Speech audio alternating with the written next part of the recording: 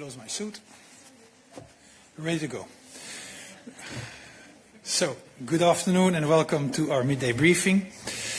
As you know, President von der Leyen is today in Beijing for the 25th EU-China summit, together with President Costa and High Representative Vice President Kallas. I draw your attention to the press release we've just published, together with a joint press statement on climate, which I warmly invite you to read. You might also have seen that we published this morning the remarks of President von der Leyen with President Costa following their meeting with President Xi Jinping and Premier Li Qiang. Later today, Presidents von der Leyen and Costa will hold a press conference following the summit later today at around 2 p.m. Brussels time. It will be broadcast on EBS and we will publish the statement of the President as usual. And with that said, we can now pass to your questions. Peggy Corlin for Euronews. It's a question for Olaf on tariff. I would like to know, Olaf, if we are close to a deal with the US on tariff. And who is negotiating with whom? Is there a trip planned to Washington of Commissioner Maros Sefcovic? Any calls? Anything? Thank you. Thank you for your question, Peggy. The EU continues to engage with the US intensively at technical and political level, and that's all I can say for the moment. I'm not going to go into details of planned contact. That's what we're focused on at the moment, and I can't say much more. Conciseness is an art. Yes, you have a follow-up, yeah. Yes, there's a list of countermeasures which has been adopted this morning. I wanted to know whether, if you can tell us if it will come into force if a deal is reached with a 15% baseline. Thank you for your follow-up question, Peggy. A small precision. A list has not been adopted by the Commission. A list has been proposed by the Commission, voted on by our Member States by an overwhelming majority, and will be adopted by the Commission later today, entering into force in the official journal tomorrow.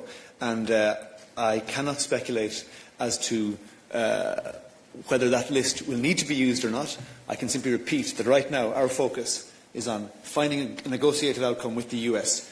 These countermeasures will automatically click into force on the 7th of August should a negotiated outcome not happen before then. Of course, the option is always there to continue suspension, or to suspend them rather, if necessary. So right now we're focused on negotiations. I'm going to say it again. Right now, the EU is focused on finding a negotiated outcome with the US. Thank you. Thank you. Razia Akoc, AFP News Agency. I don't know if I've missed it, but Sefcovic had a chat yesterday with Lutnick. I'd be grateful for any comment on how that chat went. I think it was Besant maybe that said that there's been good progress in negotiations with the EU. I'd like to know if the Commission would agree with that description. And for some of us, this kind of feels like déjà vu, where we were getting close to a deal, everyone was positive, especially in Brussels. Would you be able to characterise if it's different from before or not? Feeling more positive? Thanks. Thank you for your questions, Razier. In relation to Commissioner Šefčovič's call yesterday, I don't have any precisions to offer at this point, other than to repeat that intensive technical level and political level contact is ongoing daily. And as regards a deal, an outcome, we believe such an outcome is within reach, and we are working might and main to deliver that for EU citizens, for EU companies, for EU consumers. Thank you. Is it on this? Yes. Hi, Luca Bertuzzi from MLEX. It's actually a mix of trade and tech issues. So up to you who's in the best position to reply. So yesterday the US published the AI Action Plan, which mentions the idea of creating AI technology stacks that bundle hardware, AI models, software and applications. It also mentions that the Department of Commerce will create full-stack AI export packages. And I read this together with a statement from Commerce Secretary to the US Senate last month that said that the revamped AI diffusion regime is likely to include a bundling of NVIDIA chips and US cloud providers. So, do you have any reaction to the Commerce Secretary's statement about this potential bundle? If this measure is confirmed, how does the Commission intend to pursue its initiatives on creating AI gigafactories and, more in general, its tech sovereignty ambitions? And if the measure is confirmed, do you envisage any implications for the current trade talks? And does the Commission intend to appeal before the WTO? Thank you. Thank you very much. It's a long question. We will come back to it later if you don't mind, because I think this is something that another colleague will handle. Just maybe, if I may very quickly, yes? just on the trade aspects, again, we must be very clear. These are separate things. There's the work we're doing in the digital sphere. There are ongoing trade negotiations with the US. They are separate. Don't bundle them together. Please and thanks. Thank you. Any other questions on trade? Yes. We still are in Olaf's land. Yeah, go ahead. Yes, my question is to Olaf. Tetiana Vysotska, European Pravda, Ukraine. I would like to ask about the trade agreement with Ukraine. On 30 of June, the negotiations with Ukraine were finished, and this new trade agreement, which is building on the base of DCFTA, free trade agreement with Ukraine, was verified. But then 5 countries of the European Union said that they are not satisfied with this agreement and that it will be harmful for the internal markets. And actually they insist on amending this already negotiated with Ukraine agreement. What is the position of Commission now? So are you going to change something in favor of these 5 countries, which told about that on Agri-Fish Culture Council last week? Or are you going to have it as it was negotiated with Ukraine, and when it will be voted? I know that the vote is planned for September, but maybe you will say something. Thank you so much. Thank you very much for your questions. I'll answer them in reverse order. On timing, I can't give you anything precise at the moment. The vote, the adoption that will happen, will be done on the text that was agreed. It's not going to be reopened, that I'm aware. So that's the position. If I'm wrong about that, I'll come back to you, but that's how I understand it, certainly. Thank you. Still for Olaf on trade and tariffs.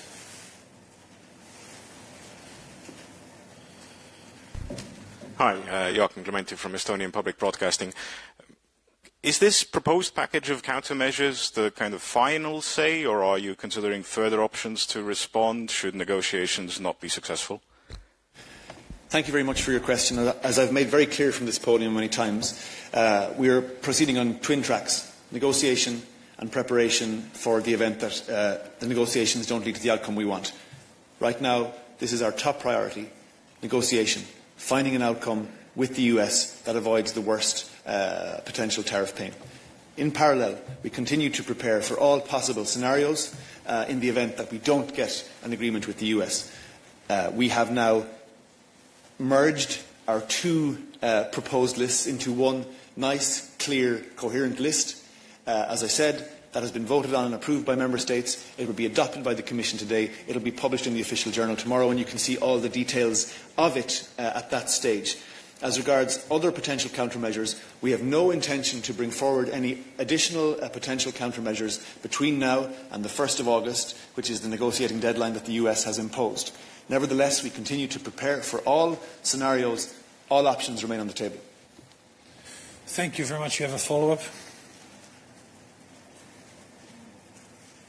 So, could you just, in generally, because I'm having a tough time explaining this to the average person, what is the anti-coercion instrument? Can you just give me a general explanation of, like, 20 seconds? What is it? Thank you for your question. I invite you and all the citizens that you can't explain it to look at our beautiful, wonderful explainer online, which you can find by searching Anti-Coercion Instrument EU. Everything is explained: how it works, the stages, the process, etc. If you still have follow-on questions after that point, please contact me. But check that first. Thank you. Thank you.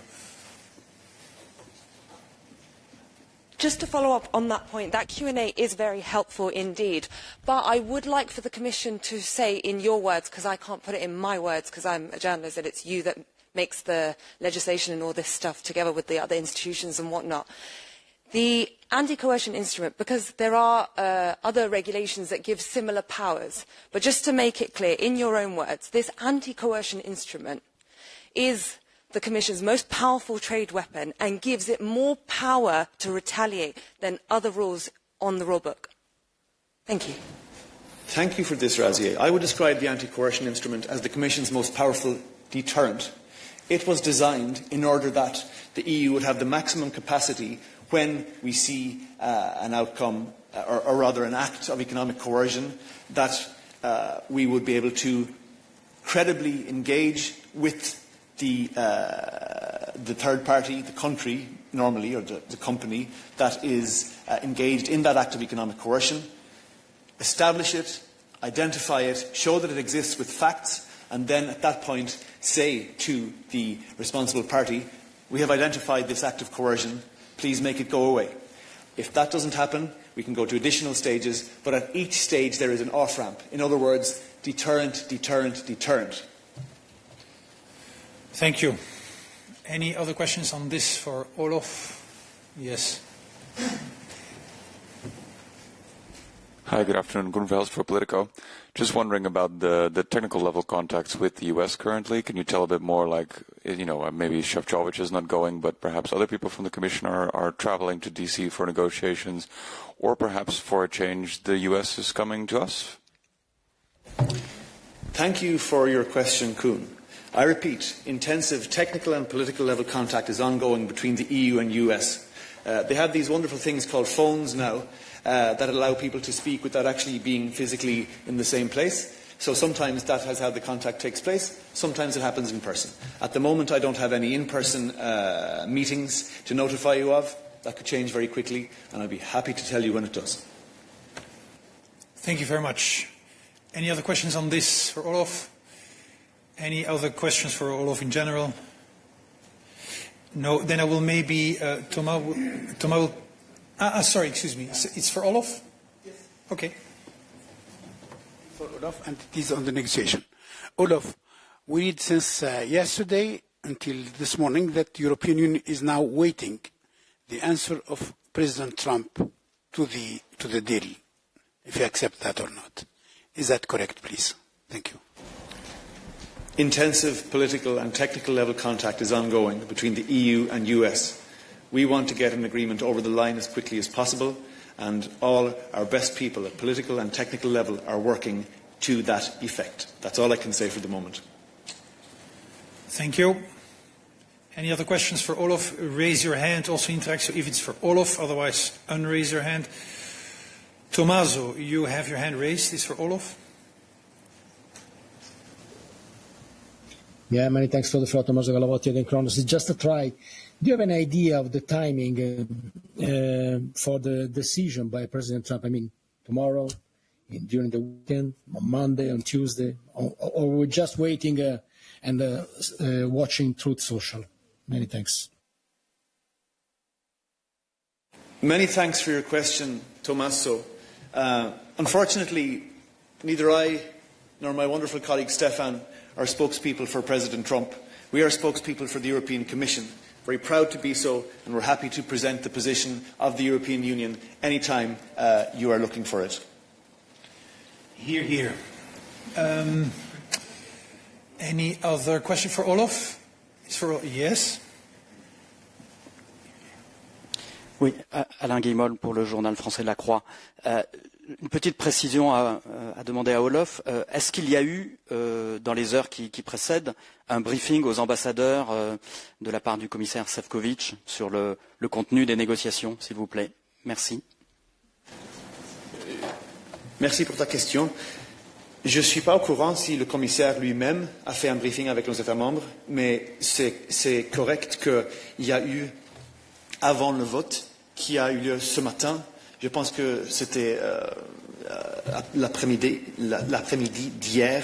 Il y a eu un briefing technique pour nos États membres pour expliquer où on est dans les négociations et pour expliquer en détail comment on allait intégrer les deux listes de contre-mesures.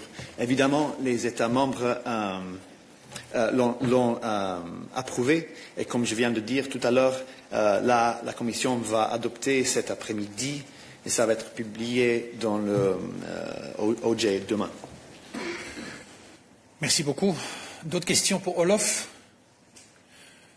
Non, alors on va reprendre la question de monsieur. Thomas, tu peux venir? York, we will get back to some additional elements that Thomas can share with you.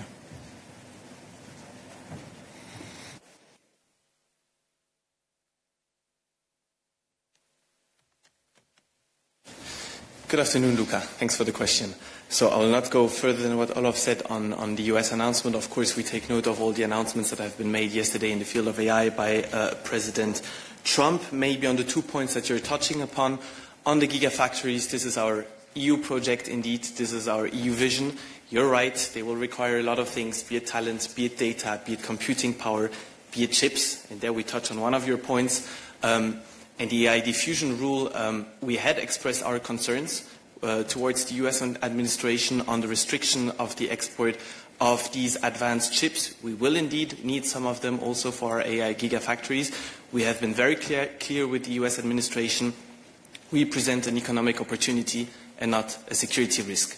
So this, of course, is a good way forward, following also the discussions we had with the United States. Now, on the bundling or not with cloud, this is an important point. Maybe let me recall that we have our own vision here, our own strategy here again. The gigafactories are our own European project, but so is it also for cloud. We have our own cloud vision, where our strategic and technological sovereignty are indeed fundamental. We just closed a consultation on the upcoming Cloud and AI Development Act. We will move forward with this, so on this I would not comment specifically on the announcement made by President Trump. Thank you. Any other questions on this topic? You have a follow-up? Yes.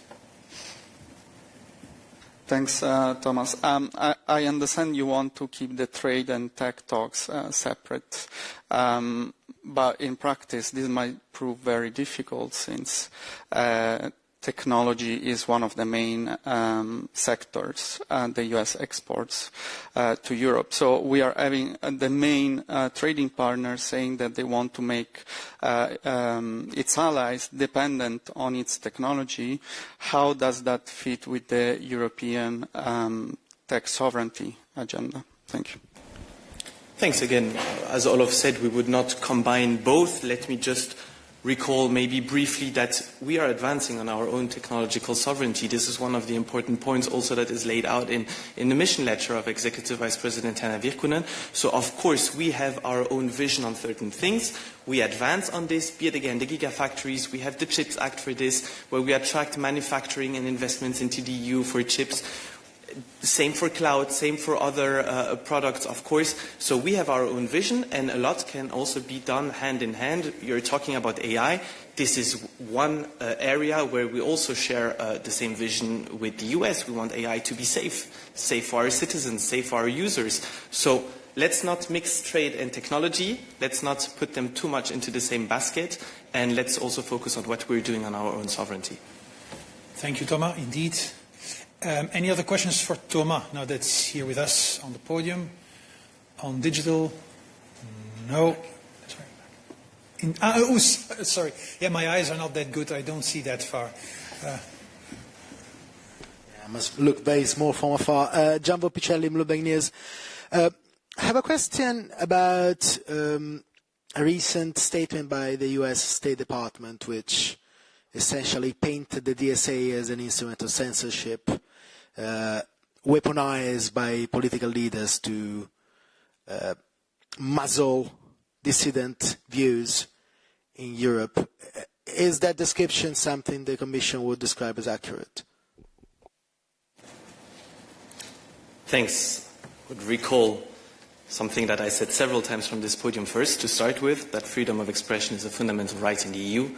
And this is at the core of all our legislation, including the DSA. So freedom of expression is the same as the DSA. It's fully embedded into it. Instead of fueling the debate, maybe, with our American friends, let me be just factual and give you a factual, concrete example. 99%, over 99% of content removals on online platforms are done proactively by platforms themselves based on their own terms and conditions. So if you breach the terms and conditions of the platform, they remove the content. This is more than 99%. Only less than 0.001% of content removals are actually carried out because an independent judicial authority in the European Union, in a member state, decided that this was illegal content. So you see the balance. And if we take some of the proceedings that we have opened, some investigations that we have opened, and that you know very well, Jan, we're actually on these 99%, taking sometimes action with platforms to make sure that there is not an over-removal. So maybe just these factual elements to show you that the DSA is absolutely not about removing online content that is lawful. And again, to add on this, we rely on your work as serious journalists, obviously, to assess yourselves the freedom of expression in the European Union. Yes. Yeah, thank you very much, Thomas. The fact of the matter is that the US government seems to think that the DSA is a tool of censorship, and I think there also been some announcement about restrictions on travel to the US by foreign officials censoring American citizens. So I was wondering whether the European Commission, I don't know whether this is necessarily for you, maybe for Balázs, but whether there's been any guideline issued to EU officials working on DSA matters regarding potential travel to the US. Listen, maybe the very first thing I would like to stress is that freedom of expression, as we've said many times, is part of the DNA of the genetical constitution of the European Union. So it's an absolute fundamental priority.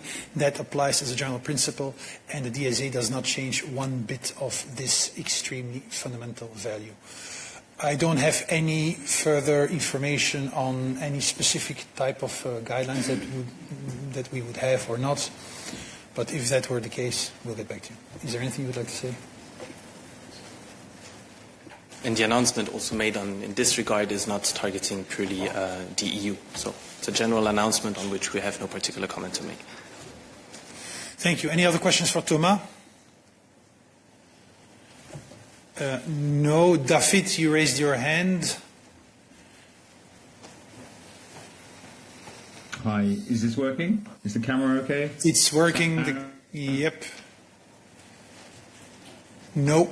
Okay, thanks. It's a question for Anna Kaiser.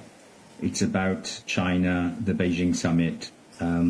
So the statement refers, I think the press release refers to von der Leyen having intense dialogue on the use of both emissions trading systems.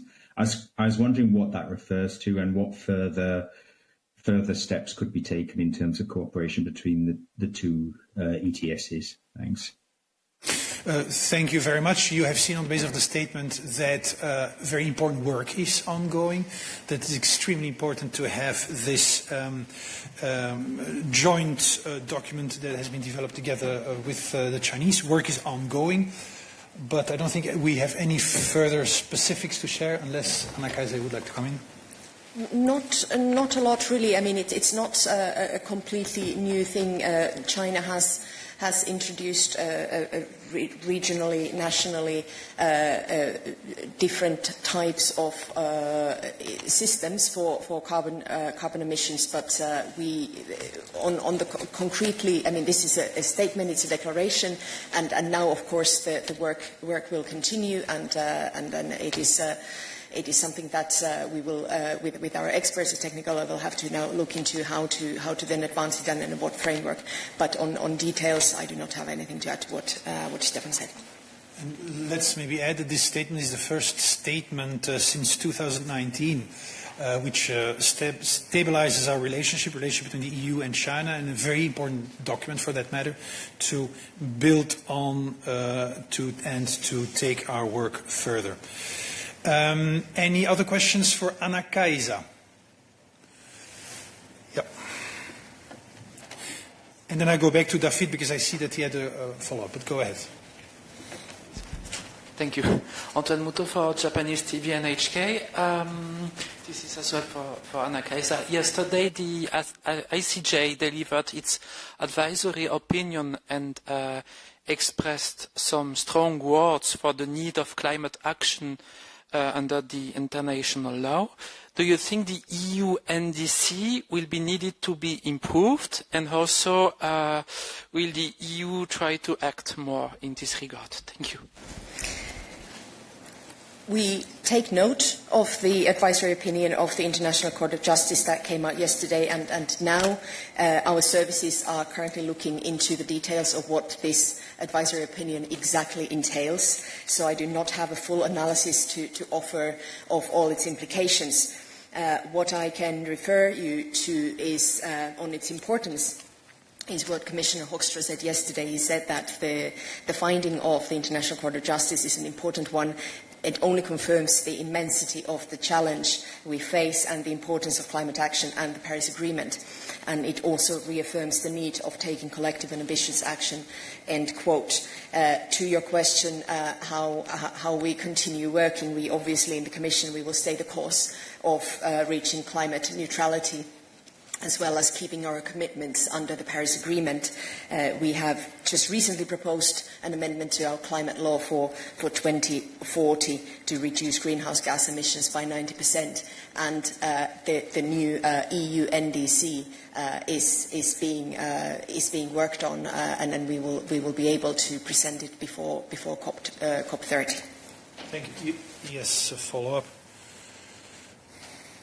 Thank you, Anna Kaiser. I'm still wondering whether this is changing anything, this opinion, advisory opinion of the ICJ, which is kind of considered in today in the world as a kind of big step forward. Is it changing anything? Could it change the course of your policy, or is it just like you are taking note and nothing will be changed? Thank you.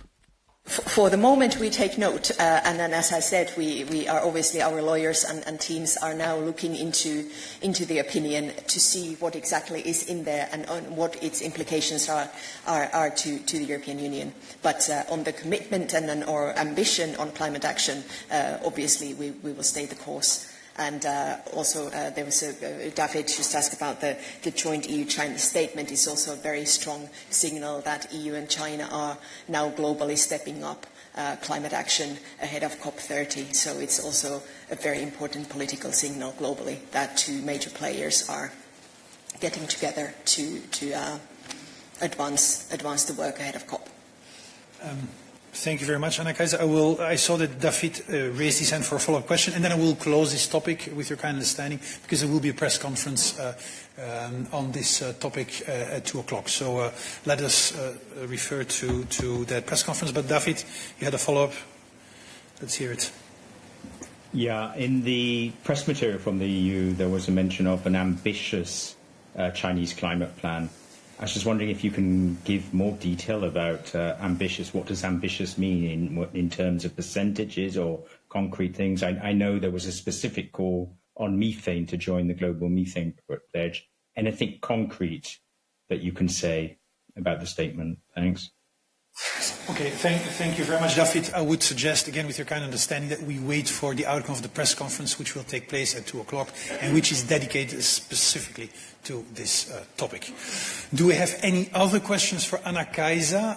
For Anna Kaiser, yes. I guess it's for Anna Kaiser. Gerardo Fortuna from Euronews. It's on the EU for Health. So yeah.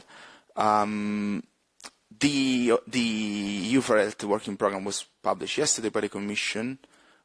So I want to know the reason behind the delay, and also we've seen the working program, and there are cuts to operating grants for NGOs. Is there any reason behind that? Thanks. On this, the reasons, yes, it was published this week, and there was a slight delay, and there were a couple of factors that had to be taken into account when this work program was prepared. Notably, there was a transition to the new commission, which took office, or this commission that took office in December 24. There was also the need to integrate the mission letters of the commissioners into the priorities of this program. And then we needed to implement the reduced EU for Health program budget from 25 onwards. So these were the rather practical reasons for that. Then on the you mentioned the reduction of the emission of the operating grants. It does not mean that NGOs will not be able to directly participate. It's just that we are doing the funding now differently. We are basing it more on action grants, and the operating grants were basically to fund the operations of an NGO. So these will no longer be there. And the reason for, more generally, on the redeployment of the budget for EU for Health was a decision that the Council and the European Parliament reached when they were revising the multi-annual financial framework for 21-27. Thank you. Any other questions for Anna-Kaisa? Please raise your hand if it's for Anna-Kaisa. Yes, go ahead. Hi, Simone Martusciali from Italian news agency AGI. Media reports saying that the European Commission could lift the limitation for individual containers of liquids for C3 airport scanners. So I was wondering if you can confirm that and if you have a specific timeline for this announcement. Thank you. Correct. To give a bit more context, so this concerns the screeners that some airports have deployed. That means that passengers can have containers containing more than 100 millilitres of liquids. And there was a technical issue with these scanners, or screeners rather, last year when we did introduce a temporary prohibition to use them. It is the European Civil Aviation Conference that is responsible for the technical functioning and the screening and the security aspects of these scanners and screeners. And they have now concluded their technical work. And they still need to let us know precisely what their findings are. And then we can give the so-called EU stamp to these screeners and scanners so that they can start operating. So we're now waiting to hear from ECAC, which is this civil aviation conference, to issue their final findings, and we will then be able to give them the green light, which is then in practice it means that it's the airports and it is those operating these screeners that then have to do the practical work. And just to remind for the benefit of everybody that this really does not concern all passengers in all European airports. It is only very few member states actually at the moment, or airports, that are having these latest state-of-the-art screeners for liquids and other merchandise that people bring with them. So this would really not concern everybody. This would only concern those airports that do have these state-of-the-art equipment in use at the moment. But it is correct that, yes, the work is being finalised, and then hopefully this decision and the green light can be given imminently. Thank you. Very clear. Tommaso, you raised your hand. Is it for Anna-Kaisa? Yeah, it's a follow-up to the question asked by my colleague. So if I understood well, it will be only for the passengers for the airports which already have the last generation scanners. How will be a passenger able to know in advance if the airport has a last generation scanner or not? Because, I mean, it might be practically, in practice, it might be difficult or not. Thank you. It is correct that this only concerns those passengers who are having a flight from airports that do have these state-of-the-art screeners, and it is the responsibility of the individual airports to inform their passengers. about this possibility. So this is the airports that bear the responsibility of informing their passengers what kind of equipment they have, whether you can have a bigger bottle or a larger bottle when you on board. Thank you. For Anna Kaiser, yes. Follow-up to the question on this, Gabriele Rosani, Il Messaggero.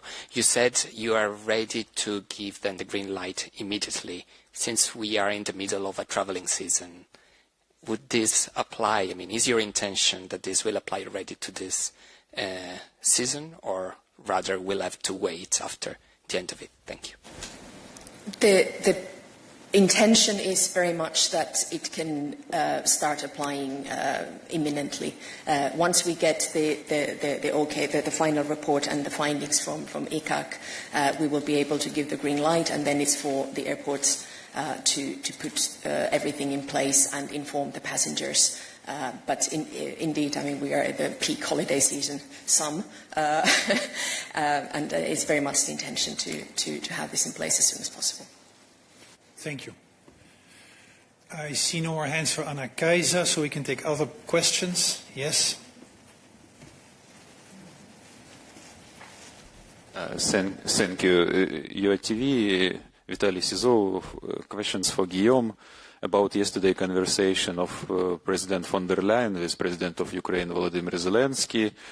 Maybe you can reveal some detail of this conversation. Was it call or another way of communication, the duration of this communication? And yesterday night, President of Ukraine Volodymyr Zelensky announced that he initiates a bill to address the concerns of EU and raised by President. Are you satisfied? Do you satisfy with this announcement? And what should be in this bill? Thank you. Thank you very much for your question. On your first question as to the context between the President and President Zelensky, I can only say that they were indeed in contact, that they exchanged. I cannot give you the exact details of what, when, how, and what time. What matters is the message that was indeed passed, a message where we expressed our concern, our worries about the steps that had been taken. In the meantime, indeed, we understand that the Ukrainian authorities have taken a new approach, propose a new action plan or law. We welcome the fact that the Ukrainian government is taking action, and we'll work with them to make sure that our concerns, which have been clearly explained yesterday and the day before yesterday, are indeed taken into account. Thank you. You have a follow-up?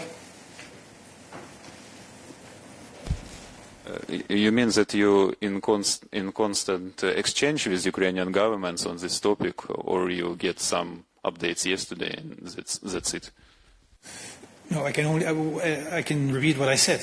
We have expressed our concerns and worries.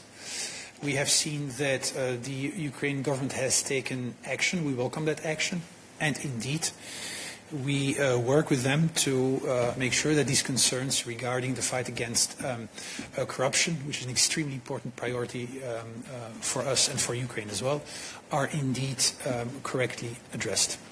Thank you. Yes. Angela Scooges from TVP World. In the statement, it said that von der Leyen demanded an explanation as to why this change occurred. Did she give a deadline as to when these answers are expected to come in? And is there any other scheduled contact between von der Leyen and Zelensky in the pipeline? Thank you. I have no further information about any further scheduled contacts, but work is ongoing because indeed it's important that these concerns are tackled, and this is the work that is ahead of us. Yes.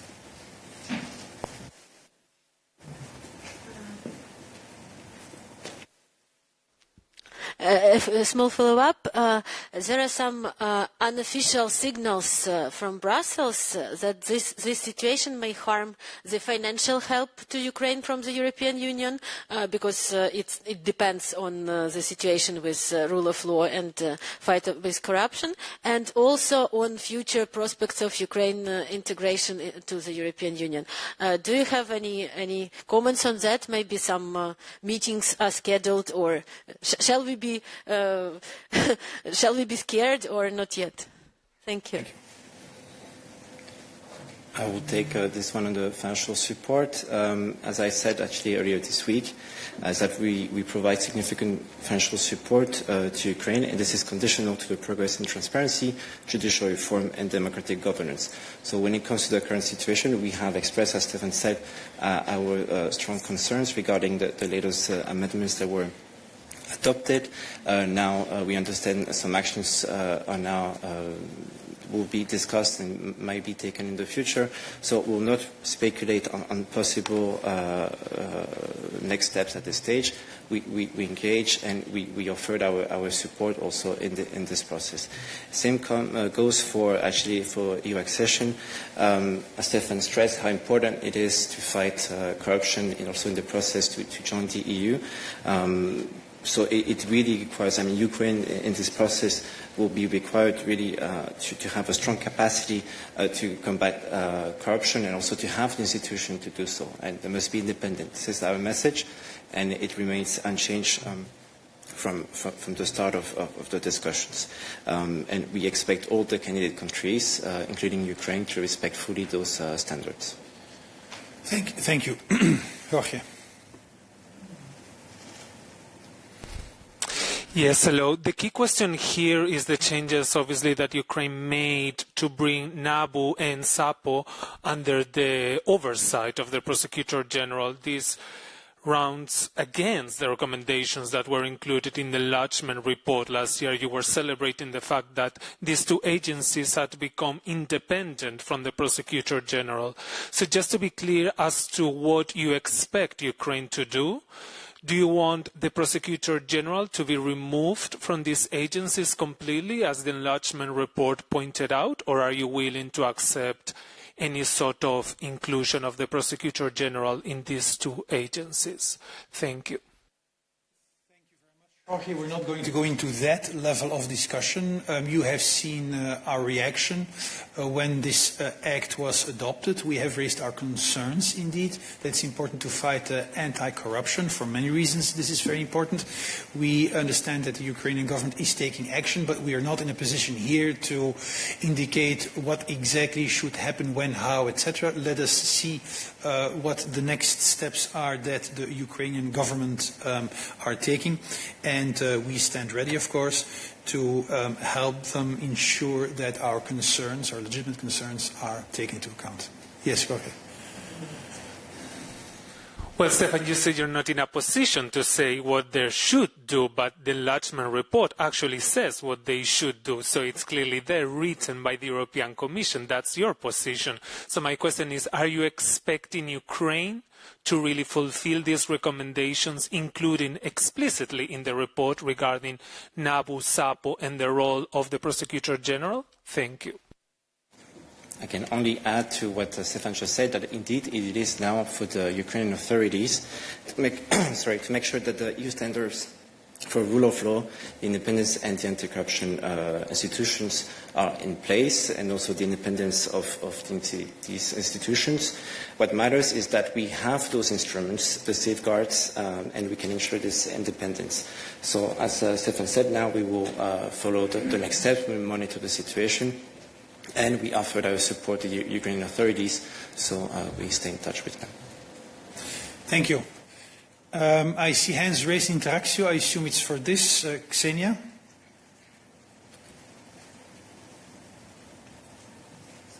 Hello. Can you hear me and see me? Yes. Thank you. Great. So it's a follow-up, and I know you don't want to go into details about which prosecutor is supposed to have control of which agency, but maybe just to sum this discussion up a bit, would you say which concrete steps do you expect from Kyiv now in order to reverse this dangerous tendency and repair any damage that may have been done to the EU accession process? Thank you very much.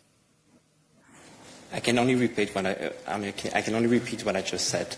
We need to make sure that Ukraine has all the necessary instruments to fight corruption. It has the safeguards, and it can ensure the independence. Now it's up for the Ukrainian authorities to explain how they plan to do so. But we at this stage, we are not in a position to say more. Thank you. Mose, you have your hand raised. Yes, thank you, Stefan. Musa Appelot, Times. I have also a related question to this legislation in Ukraine on these two bodies. As you said, I mean, they are part of the reforms which Ukraine is supposed to implement in its accession process. So you can assume that if they don't do it, it might delay the accession process. But can we exclude that it will not have any impact to EU's military support to Ukraine in its defense war against Russia's aggression? Thank you.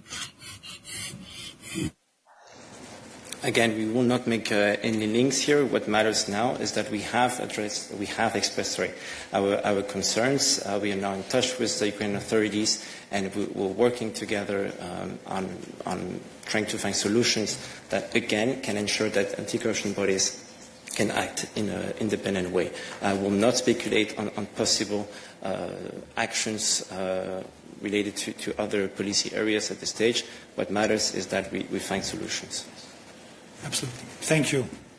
Momchil.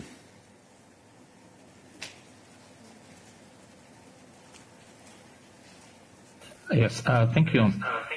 Today, a German MEP, Daniel Freund, was quoted as saying that some payments were delayed, some payments for Ukraine under the Ukraine facility, because they have missed for the first time some milestones. Can you confirm that information?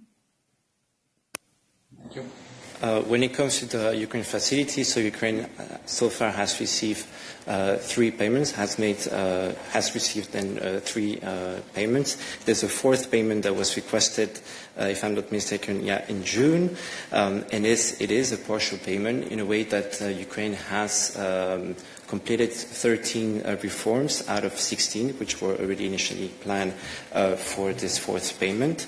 And now this request is being processed in the Council. We have given our assessment. So nothing is being delayed here. It's just Ukraine hasn't fulfilled all the reforms.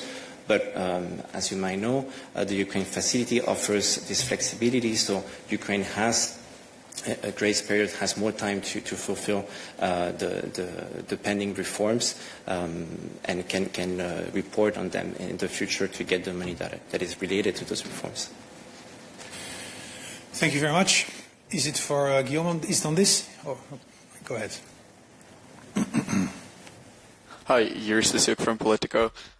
As a follow-up, before Ukrainian government nixed independence of anti-corruption agencies and is connected to Ukraine facility, they also refused to appoint head of Economic Crimes Bureau. And will the Commission similarly publicly express concern about this move?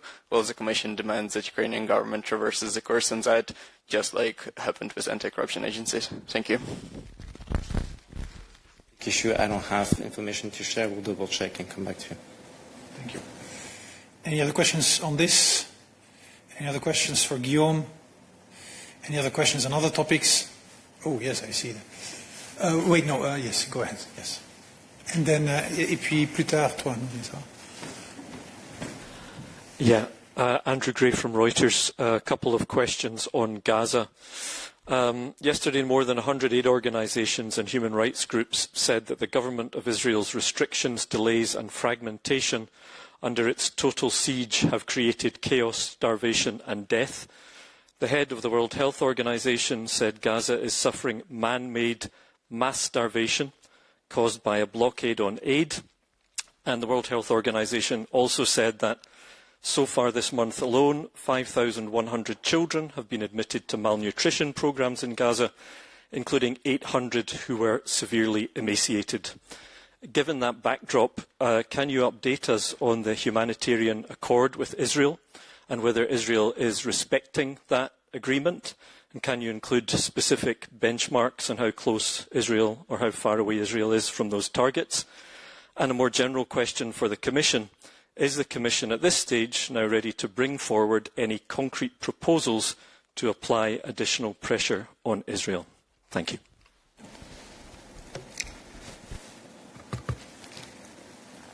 Thank you for the question.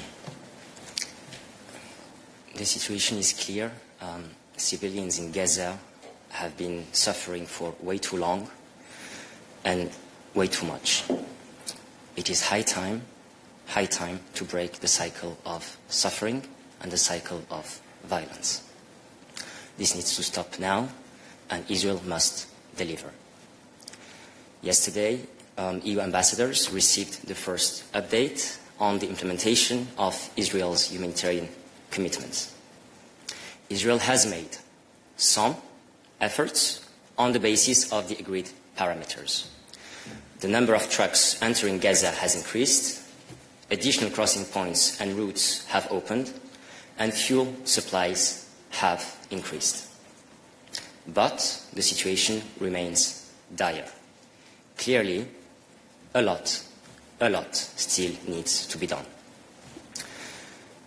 The limit of the operation is also quite clear because we do operate in wartime and in a war zone, which complicates the situation and also the implementation on the ground. Security and safety is the major concern in Gaza, and the operational environment is extremely challenging for humanitarian actors to effectively distribute the aid. This needs to be also clearly understood by every single one of us. As the High Representative pointed out, all options remain on the table if Israel does not deliver on the agreed implementation. Thank you. You have a follow-up. Specifically the question of whether the Commission is ready to make any proposals. A number of Member States in yesterday's meeting in Coreper suggested the Commission should do that. There is a list, an option paper, an inventory, as the ES chose to call it, of potential measures that could be taken. And the first point of initiative comes from the Commission, or in some cases from the High Representative. So at this point, given the statistics that I mentioned at the beginning, does the Commission consider that it's now time to bring forward any of those measures? Thank you, Andrew. You mentioned the Coreper. You know that we are not here discussing discussions that are taking place in a confidential format in the Council. So I would refrain from commenting further on the substance that you have been here echoing, reportedly. Now, in terms of the next steps, we will not prejudge, we will not speculate further in terms of the next steps that might be taken or not taken. All options are on the table. This is quite clear and everyone understands what this means. We are in the phase of implementation and in the phase of assessing whether the implementation is in line with the commitments that we are also urging Israel to deliver on. Now, in terms of the situation on the ground, because you came up with statistics, let's also be clear of what we are discussing here. The EU relies on information that is provided by the UN, by Israel, as well as other actors that are present on the ground, such as NGOs, but also neighboring countries. We are not on the ground as EU, right? So we are triangulating all these sources to have a picture that is as clear as possible, fact-based, and coming from the ground.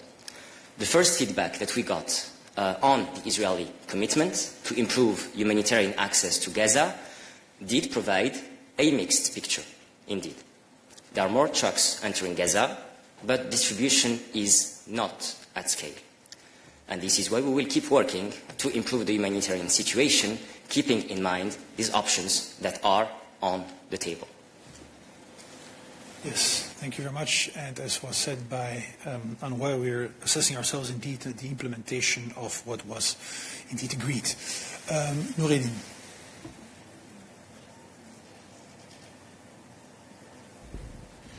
Anwar, Israel is using this understanding to put responsibility on other parties, like what the Foreign Affairs Minister of Israel said to some in media interviews, that he blames United Nations, that UN is responsible not to distributing the humanitarian aid.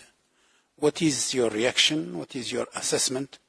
Because this understanding is being used as a pretext by Israel to put the responsibility on United Nations and other humanitarian actors, and of course, to make the European Union, let's say, less credible.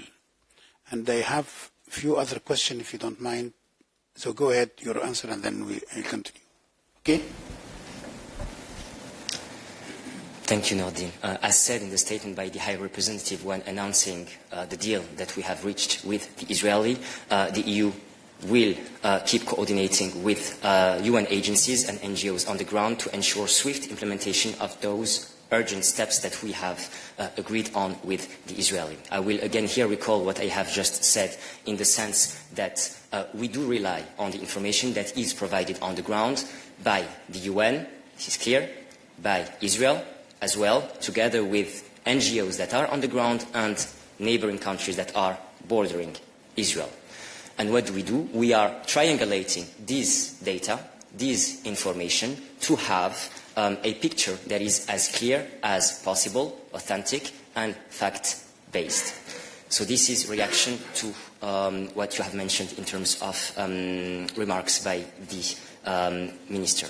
And you had other questions, if I'm not mistaken.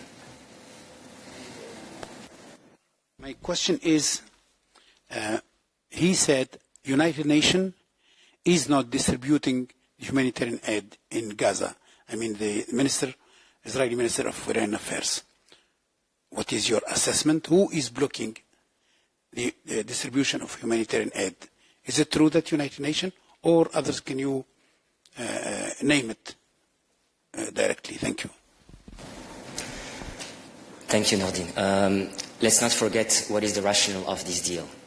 We want to change the situation on the ground, which means that we are action-oriented. We want behavior change and we want the situation to be improved on the ground. So we want to save people's lives. We want to have people in Gaza, civilians in Gaza, to be fed and to stop from being starved and dying out of hunger. So we have been very clear, and our position is here quite clear, and I'm very happy to reiterate it. We have seen some deliverables from Israel's side. But this is not enough. Clearly, a lot still needs to be done. So this is our position, and we are evaluating the commitments and the assessment of the implementation in light of the data that we are receiving from all the parties on the ground. So my answer to you is that we are looking at the data that we are receiving from all parties on the ground, the Israelis, the UN, NGOs, together with neighboring countries. This is what we do as EU, to have an authentic, clear and fact-based picture, to then be able to assess the implementation, whether there is progress or whether there is a lack thereof, so that then we can take according measures, obviously in full accordance with the member states, because you're also aware of the sequencing that I have been also reporting here on a regular basis. Yesterday's assessment was the first, and then we will also have every 2 weeks assessment at the level of the PSC ambassadors to have a full picture, and so we can have also the ministers very well informed at the next ministerial meeting that will take place at the end of August in Copenhagen as part of the Gimnik meeting. Thank you very a lesson, because, and then we don't have that much time anymore because we're already spending an hour. Go ahead, yeah. Fuzzy. It's not follow-up. I have a question on the announcement in the Knesset that they are going to debate and maybe issue a resolution or a statement for the annexation of the West Bank.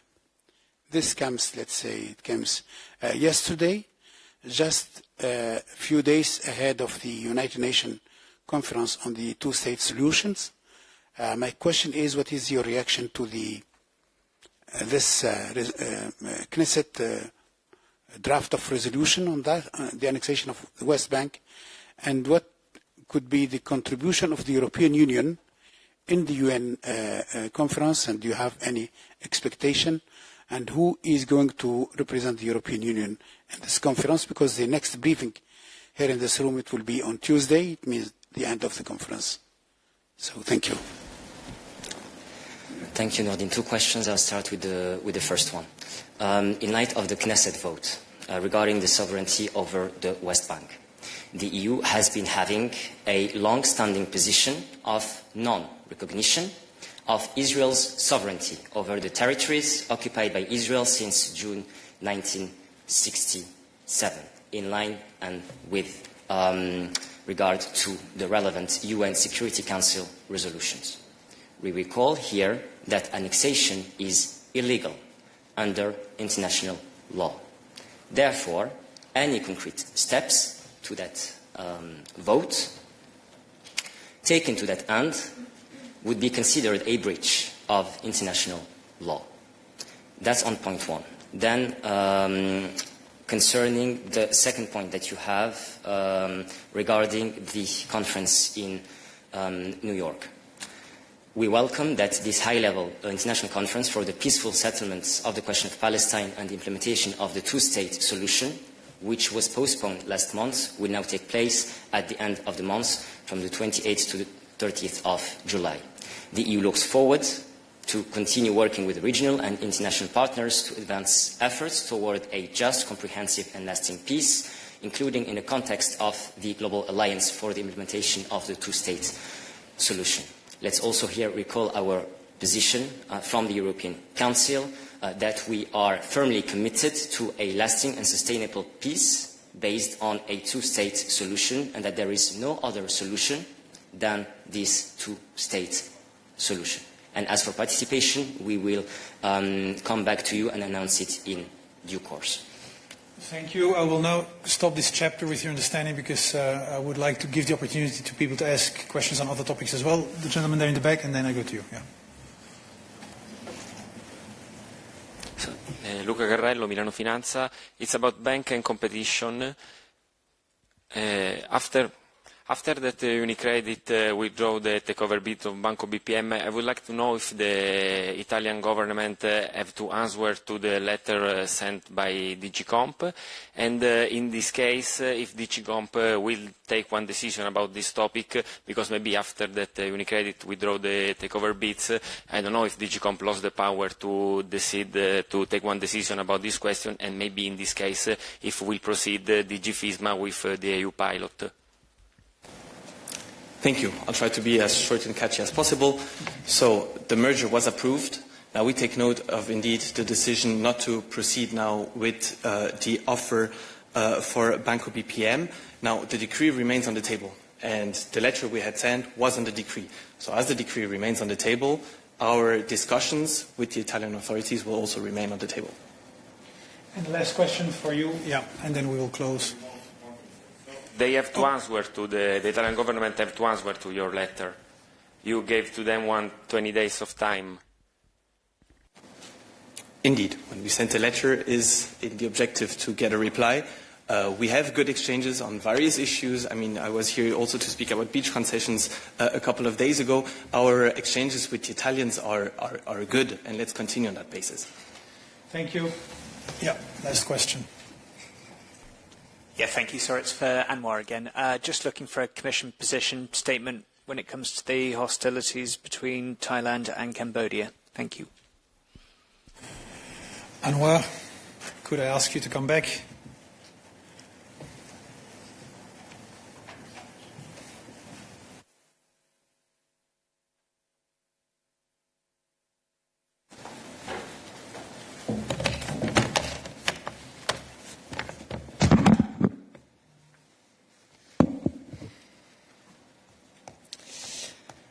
Thank you for the question.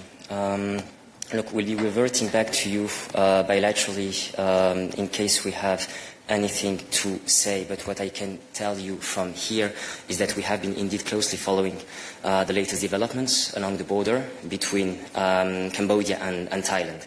We are deeply concerned by the news of the recent escalation of tensions with reports of casualties, including among civilians. The EU is calling for de-escalation of this conflict, and we do urge both Cambodia and Thailand to exercise restraint, resume dialogue through diplomatic channels, and prioritize the safety of the population. We also urge all parties to uphold the principles of the international law and the Charter of the UN in terms of settling any international disputes. Thank you. Thank you very much, Anwar. And with this, we have come to the end of today's midday briefing. I remind you that President von der Leyen and President Costa will hold a press conference following the summit late today at around 2 p.m. Have a very nice afternoon.